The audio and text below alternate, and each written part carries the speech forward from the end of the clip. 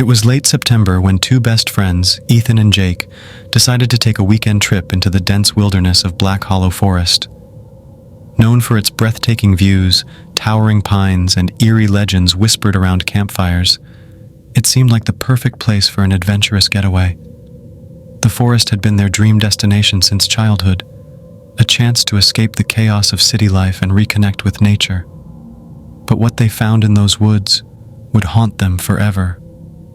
Ethan drove his old Jeep down the narrow dirt road leading into the forest.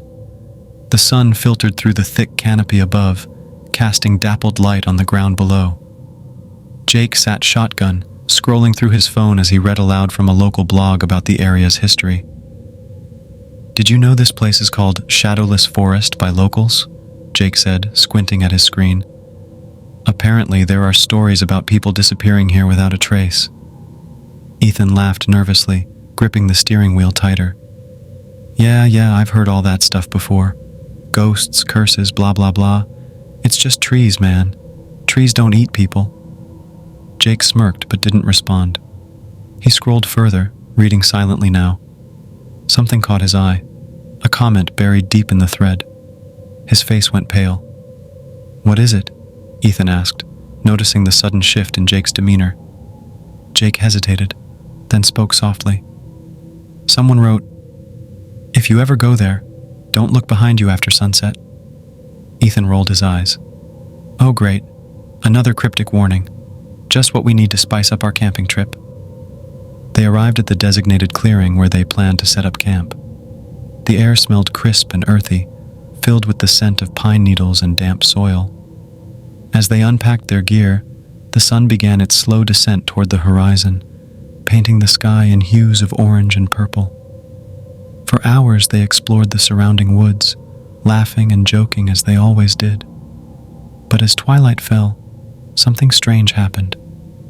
Sitting around the campfire, roasting marshmallows, Ethan glanced over at Jake and froze.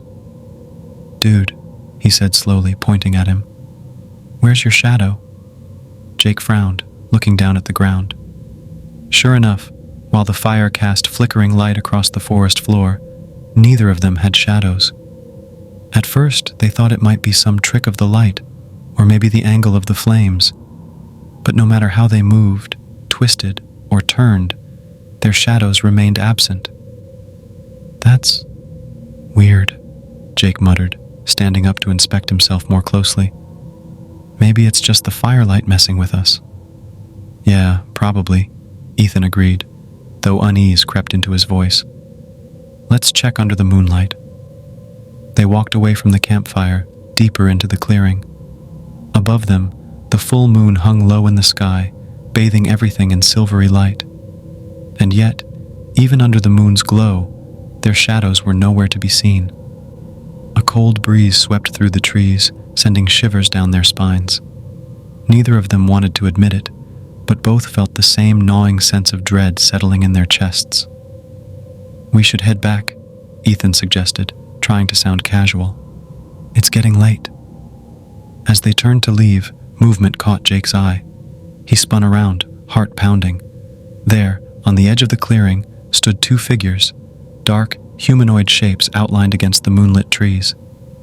"Ethan," Jake whispered, grabbing his friend's arm. "Do you see that?" Ethan followed Jake's gaze and froze. The figures weren't human. They were shadows. Perfectly formed silhouettes, detached from any source, moving independently across the forest floor. And they looked exactly like Ethan and Jake. The shadow versions of themselves stepped forward, mimicking their movements with unsettling precision. Every time Ethan shifted his weight or Jake tilted his head, the shadows mirrored them perfectly, but with one horrifying difference. The shadows acted seconds before the real Ethan and Jake did. "Oh my God," Jake breathed, backing away. "What the hell is happening?" Ethan grabbed a flashlight from his pocket and shone it directly at the shadows. They flinched, not like normal shadows would, but recoiled as if burned by the light. For a moment, they retreated into the darkness of the trees. "This isn't possible," Ethan stammered, lowering the flashlight. "Shadows can't move on their own." Jake shook his head frantically. "We need to get out of here, now." But as they turned to run back to the jeep, they realized the shadows were blocking their path. Their dark doubles advanced slowly, deliberately, each step echoing unnaturally loud in the stillness of the night. "Do something!" Jake shouted, panic rising in his voice. Ethan swung the flashlight wildly, creating arcs of light that forced the shadows to retreat momentarily. But every time the beam faltered, they surged forward again, closing the distance between them. Finally, the two friends broke into a sprint, crashing through bushes and leaping over roots as they fled deeper into the forest.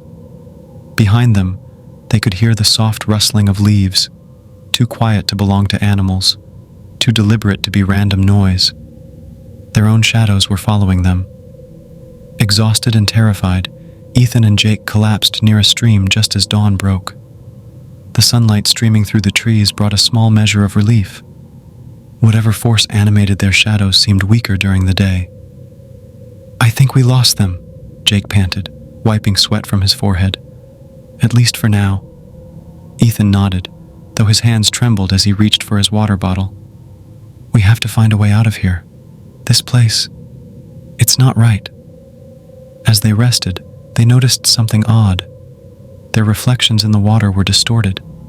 Instead of clear images of themselves, the surface rippled unnaturally, showing glimpses of their shadow selves lurking beneath the waves. Jake scrambled backward, nearly falling into the stream. "This isn't just some optical illusion. Whatever these things are, they're connected to us."